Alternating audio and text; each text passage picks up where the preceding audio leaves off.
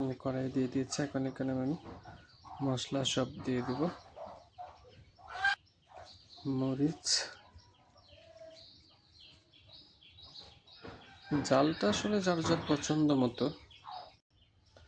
রসুন দিয়ে দিলাম, আদা দিয়ে দিলাম, লবণ, দারচিনি, লং, এলাচ দিয়ে দিলাম,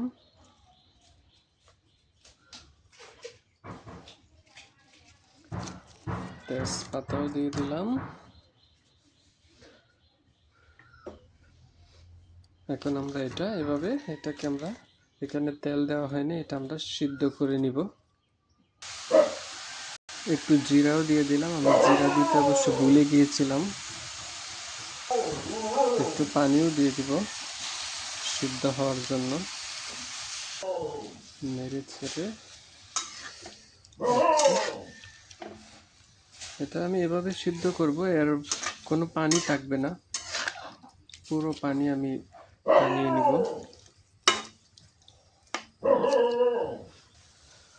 ঢাকনা দিয়ে দিচ্ছি তাড়াতাড়ি সিদ্ধ হওয়ার জন্য।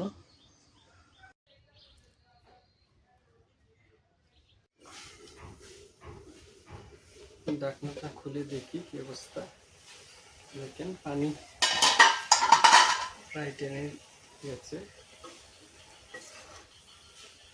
কিছু পানি এখন নিচে আছে, আর পুরো পানিটা আমি টেনে নিব।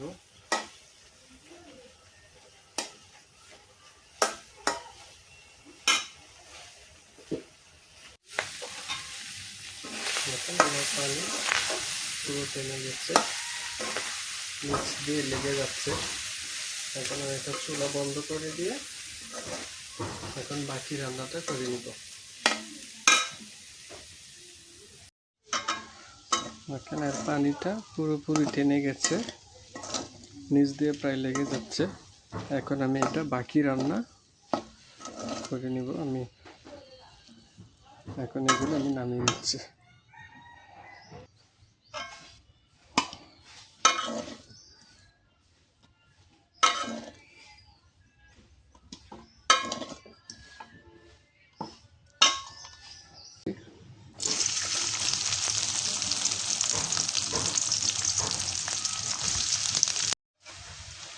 পেঁয়াজটা বাদামি করে ভেজে নিচ্ছি।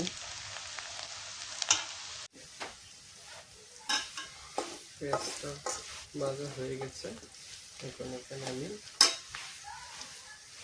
সেই বুড়িটা দিয়ে দিচ্ছি।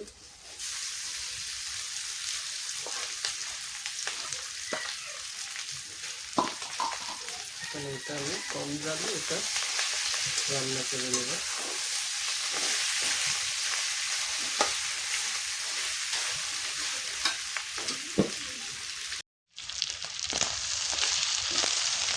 খুব কম জালে করতে হবে, না হলে এটা পুড়ে যাবে।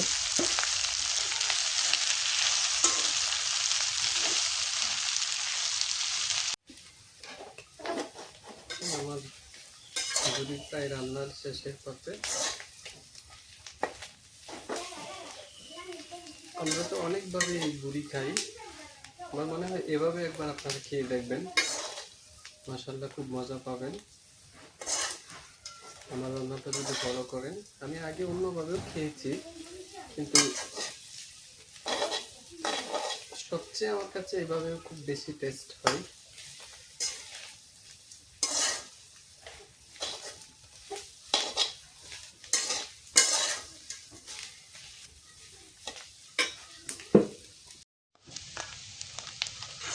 দেখতে পাচ্ছেন আমার বুড়ি রান্না হয়ে গেছে।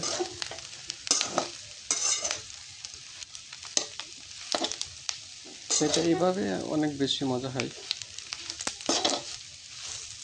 এখন আমি চুলা থেকে এটা নামিয়ে নিব।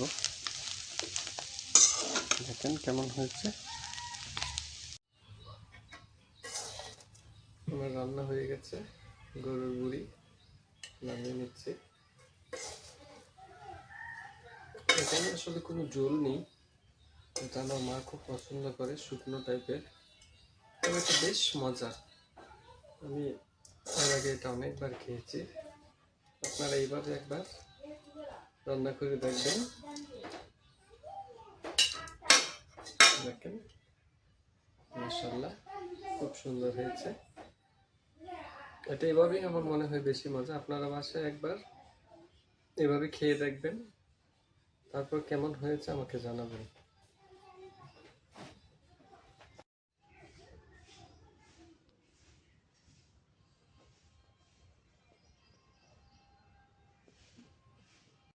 রান্না তো করেছি, একটু বাদ দিয়ে খেয়ে দেখি কেমন হয়েছে।